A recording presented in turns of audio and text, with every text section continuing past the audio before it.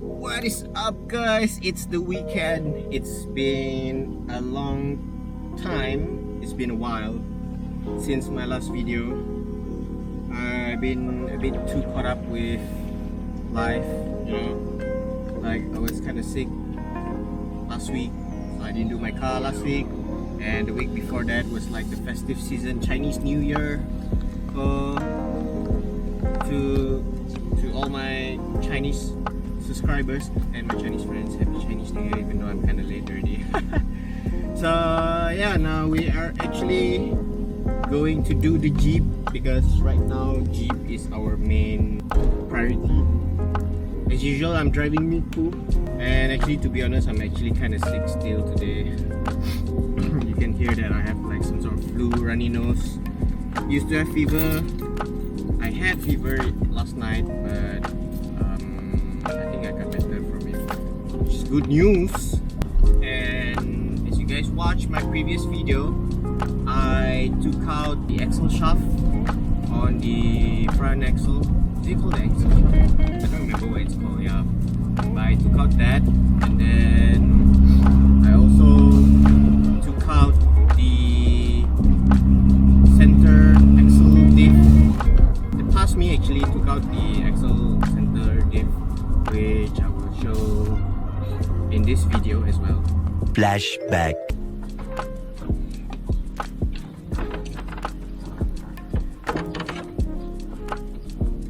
No.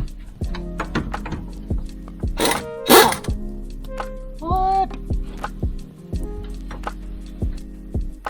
And just like that, the cover comes out. That is the diff that we're going to take out.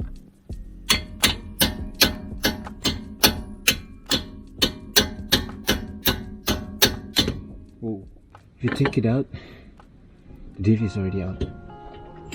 Oh, cover. Yeah. Oh, ayo. Shing. I need to take out this guy. Just like that. Diff out. Much later. So yeah, there was the past me took out the axle diff on the front axle, and Alvin actually placed the empty block together with the bell housing of the JZ bell housing going to the gearbox. So yeah, so let's head to Alvin. So we have arrived at Alvin as usual. Because this is Sunday, so nobody's here. So as you all can see, so I last took out the diff on this axle. Now it's taken apart already. Oh my gosh. So Alvin has done, as you all can see, Alvin has done some work on the Jeep. So let's see what has he done so far.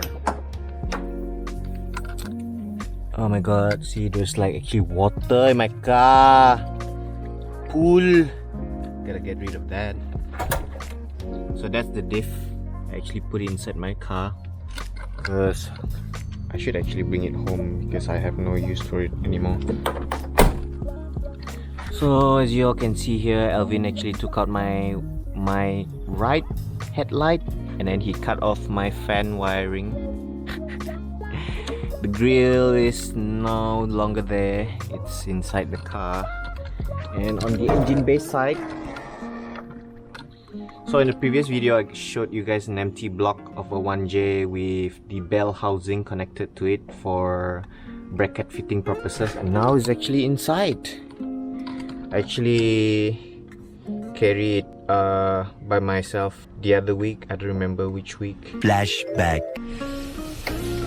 This is a very heavy engine.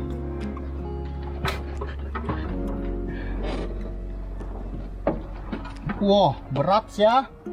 Wow, I'll break my bone carrying this shit.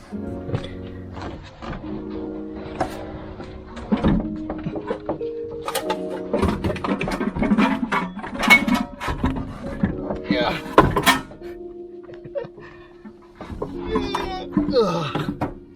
Deadlift. Whoosh. So heavy. Damn. Several months later. So they actually the block and the bell housing was already inside here, and it actually fall off. But now I lifted it back up, put it back again, and then Elvin actually installed the gearbox. You can see that is the gearbox. This is the bell housing from my previous gearbox. That is the gearbox from the Chaser. That is coming from a 1G supercharger, which is the same one as the 1G turbocharged, I think. I'm not sure. Correct me if I'm wrong. So Elvin has locked in the gearbox, and we are actually already put in the empty block together with the rear pan connected to it, so that we can actually, like, you know, adjust the location where we want the engine to be at, so that we have a rough idea where we want the engine to sit. Then after that we can basically use a box to design a bracket for a new bracket for the engine, because previously the bracket was actually not that straight, and what we want is actually something more straight and lower compared to the previous bracket. So yeah, this is why there's this leveling instrument for us to actually, once we actually like let the engine sit properly, we're gonna be using this to see how straight the engine is gonna be sitting on this engine bay and everything. But for now, Elvin needs me to lock the gearbox bracket because he couldn't find the screw that they actually accidentally brought it back home. So for now, I think that's what we're doing today. And you can see also, this is my original Jeep harness. This is the socket to the original Jeep ECU. He actually cut off this wiring, and he's actually checking if the harness is actually needed still for my whole like engine wiring, and plus the chassis wiring and everything, plus all the lights. That's why this ECU box is also off from the bracket. He's basically checking what is needed, so I'm gonna be helping him out with that, even though my wiring skill is not that good.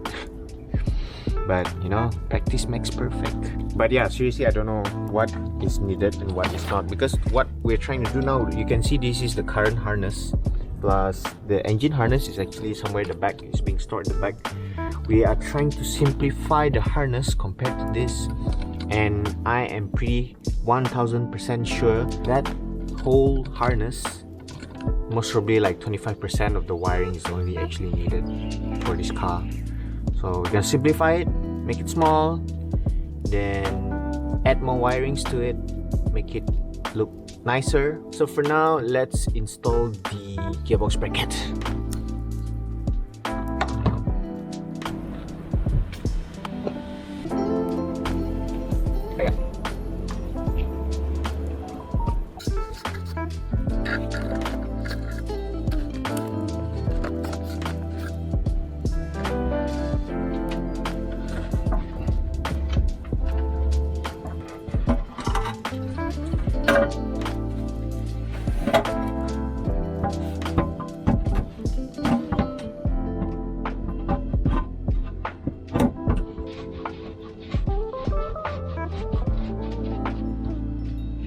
Dude,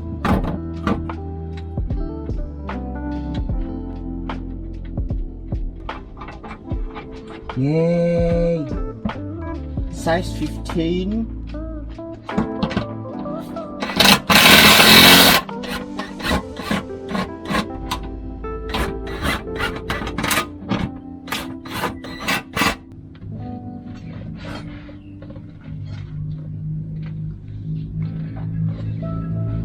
Thumbs up.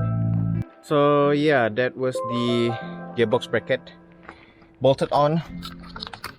You can see underneath, that's the bracket. It's holding the gearbox right now. So that's good news, because once the gearbox is being held by the bracket, we can actually move around the block. So we can move it left, move it right, and it still won't fall. Needed the support.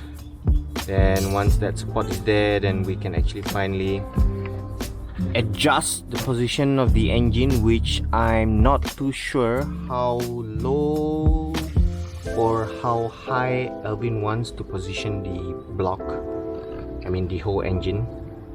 But one thing for sure, he definitely wants it.